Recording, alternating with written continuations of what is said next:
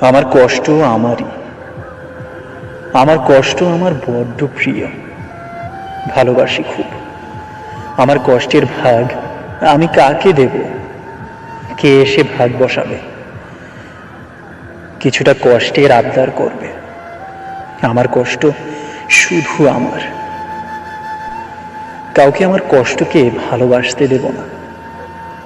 আমাদের এত বছরের সম্পর্কে যে আমায় এতটুকু অবহেলা করেনি, তার ভালোবাসায় আমি অন্য কাউকে কিভাবে ভাগ দিতে পারি? আমার কষ্টের গভীরতা, সীমান্ত, উচ্চতা সবটা আমার একার। একটু ছিটে ফোঁটাও আমি কাউকে দেব না।